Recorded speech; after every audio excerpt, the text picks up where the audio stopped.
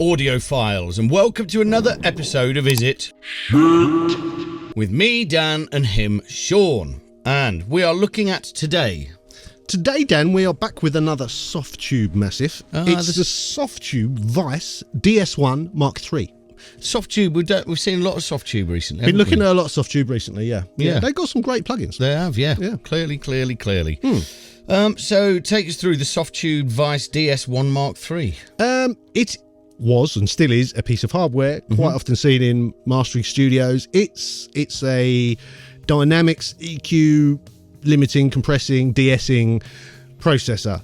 Very nice bit of kit. There's a lot of fans of the hardware. They absolutely love it. The software looks exactly like the hardware. And I think that might be a little bit of an issue for me. You were saying about the screen there on the left. Well, the limitations on the hardware is, I mean, it's quite a big screen on the hardware. For a rack piece of gear to have a screen that size is quite rare. But it's still a limitation. You still have to get close to it, and everything's still quite small on it. There's no need for that on the plugin. What does it show, the screen?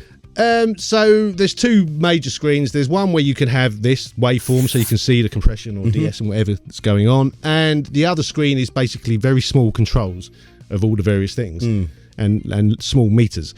It's useful stuff. You need to see it in order to operate the plugin. So why on earth they didn't make this like a square plugin with the controls at the top, the screen at the bottom, or the other way around? That would have made it a lot more useful. I do hesitate a little bit with that whole opinion, because if this was a classic compressor that I'd been using for years, I much prefer it to look exactly like the hardware, because I know exactly how to operate it and where everything is. So if this is done for that reason, fair dues.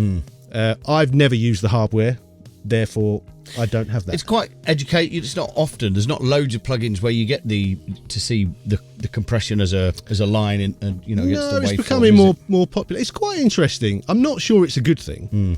I think in mastering I quite like it, because sometimes it is very subtle. You can't always hear it. So it's good to see that it's happening.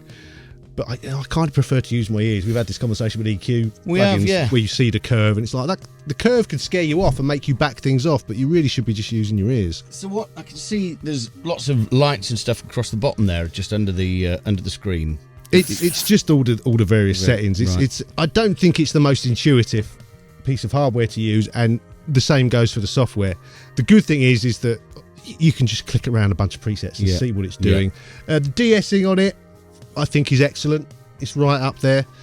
But the best thing it does for me is the master bus sort of compression limiting thing. It's very, very good for that. Excellent. Can I see? Is there a smaller version of something there? Well, yes. So basically, they make this. Which I've got ahead of myself. You've got ahead of me. So this is the DS1 Mark III. Yeah. They do also make something called the Softube Weiss MM1. Right.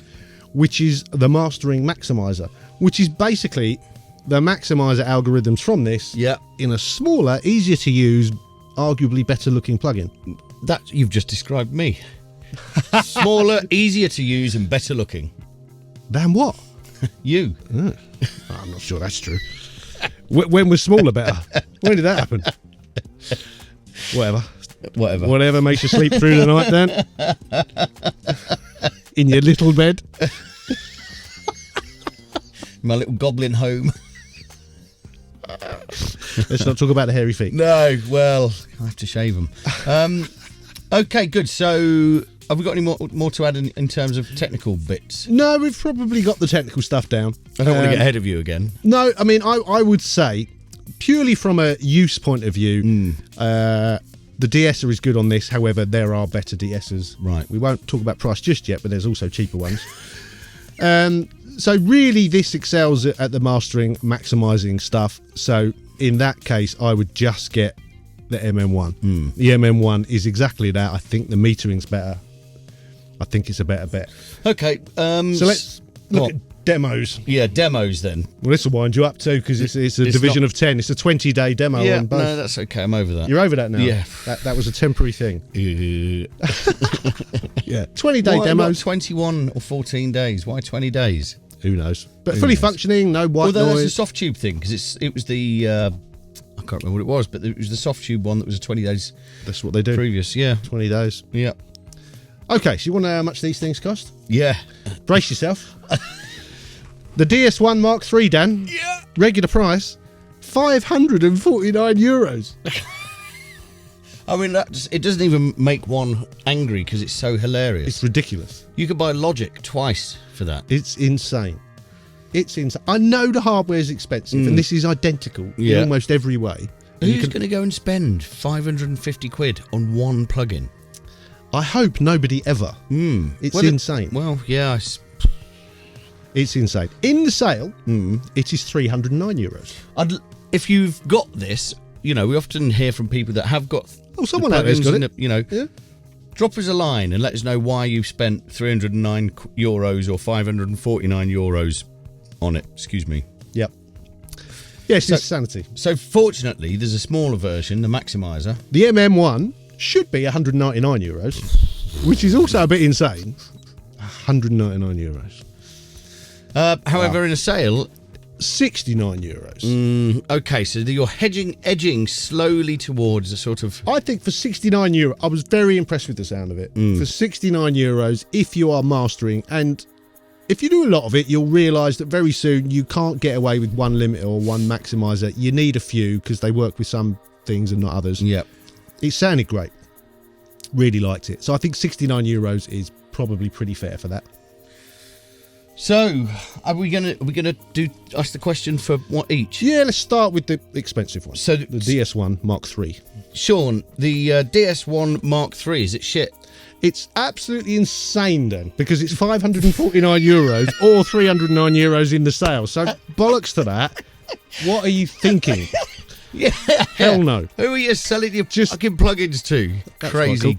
cats. Yeah, so that's insane. Yeah. I wouldn't even consider that for a second. No. The M1? The MM1. MM1.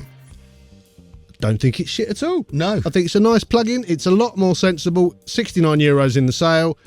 I wouldn't get it at $199, but I'd definitely pay $69 for it. 20-day demo, go and have a look. It's pretty good. Okay, so we're not going to. Softube aren't going to be chasing us down for ridiculing the price of their expensive. Fuck them, yeah. I really don't care if they do. But the MM1 is not. It's not shit. Nice. It's a really nice thing. Go and have a look. Yeah. Go and have a try. Look, the DS1 is nice. It sounds great, but come on, that's insane prices. This needs to be brought down to a sensible level. This is software. Yeah, exactly that. It ain't hardware. Yeah, exactly that. Okay. There you have it, people. Please don't forget to subscribe to the channel.